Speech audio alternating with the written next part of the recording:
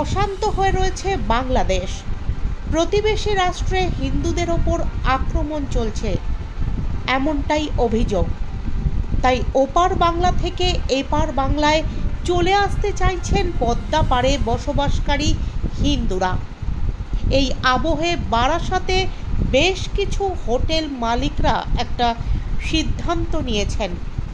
তা হলো ওপার থেকে এপারে আসা বাংলাদেশের নাগরিকদের ঘর ভাড়া তারা দেবেন না।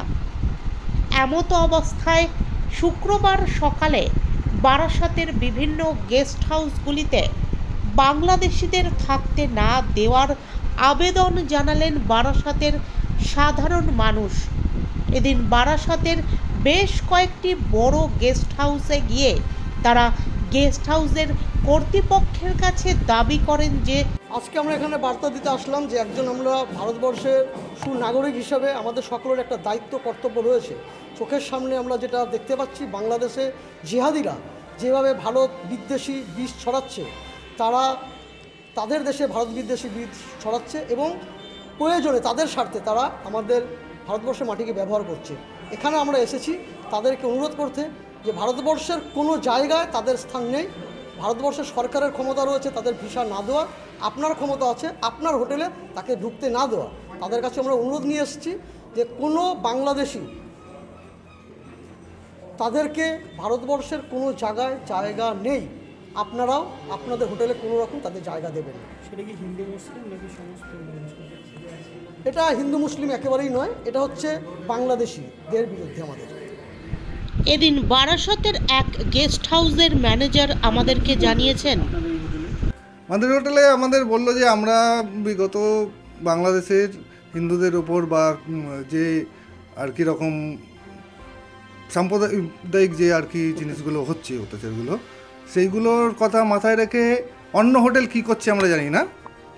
আমরা বিগত মোটামুটি 1-1.5 মাস ধরে কোনো বাংলাদেশি সিটিজেনশিপ যারা আছে, হ্যাঁ, তাদেরকে আমরা হোটেলে আমরা রুম দিচ্ছি না। এটা হচ্ছে আমাদের বলতে পারেন যে একটা প্রতিবাদের ভাষা সকলের জন্য। এই হোটেলটা তো স্টেশন সংলগ্ন হোটেল, এখানে তো প্রচুর বাংলাদেশি লোক আসতো আপনাদের হোটেলে। এই মুহূর্তে কি? হ্যাঁ, এই সমস্ত এলাকায় ম্যাক্সিমাম আর কি চিকিৎসাজনিত ব্যাপারে লোকজন আসতো, 1 দিন 2 দিন 3 দিন থাকতো।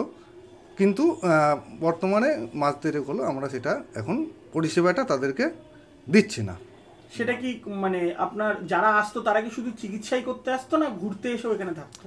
চিকিৎসাই ম্যাক্সিমাম, কিন্তু ঘুরতে আসার লোক খুব কম। তাহলে কি আপনি বলতে চাইছেন এই গন্ডগোলের জন্যই আপনারা ভাড়া দিচ্ছেন না? হ্যাঁ, এই গন্ডগোলের জন্য আমরা চাইছি যে এটা একটা প্রতিবাদের ভাষা হোক এবং অন্যান্য যারা হোটেল আছে তাদেরকেও আমি অনুরোধ করব যে আমাদের সঙ্গে এই প্রতিবাদে সামিল হতে।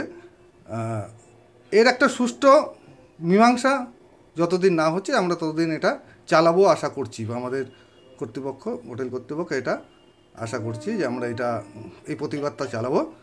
আর এর একটা সুষ্ঠু মীমাংসা হয়ে গেলে স্বাভাবিক যখন হবে সম্পর্ক, তখন আবার আমরা আগের মতো পরিষেবা যেরকম দিচ্ছিলাম সেরকম দেবো।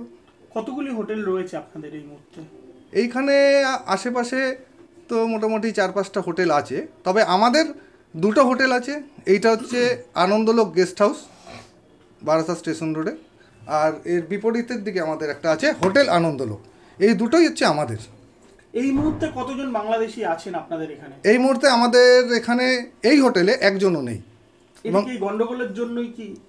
হ্যাঁ, আমি তো আপনাকে বললাম যে এটা আমাদের ব্যবসার জায়গায়, কিন্তু এটা হচ্ছে আমাদের একটা প্রতিবাদ। আচ্ছা, আপনি যে প্রতিবাদের কথা বলছেন, এরকম কি কিছু হয়েছিল যে এই গন্ডগোলের মধ্যে কেউ এসেছিল হোটেল নেবে, আপনারা দেননি তাদেরকে? না, সেরকম হয়নি। তাহলে তো একদিকে আপনাদের ব্যবসাও খারাপ। হ্যাঁ, ব্যবসা তো খারাপ, এটা নিতে হবে, মানেই নিতে হবে। পরিস্থিতি অনেক আমাদের মানুষজন ওখানে সাফার করছে, তাদের কথা ভেবে করতে হবে। এখানে যেমন আমরা কোনো সম্প্রদায় না, হ্যাঁ, হিন্দু মুসলিম শিখ খ্রিস্টান সমস্ত ভাষাভাষী সমস্ত ধর্মের লোক একসাথে আমরা যেমন এখানে বসবাস করি, মিলেমিশে রয়েছি।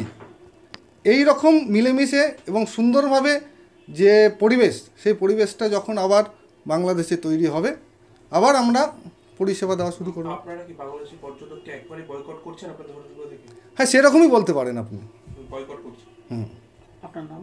আমার নাম সমরজিৎ কর, আপনি কি আমি এই হোটেলের ম্যানেজার।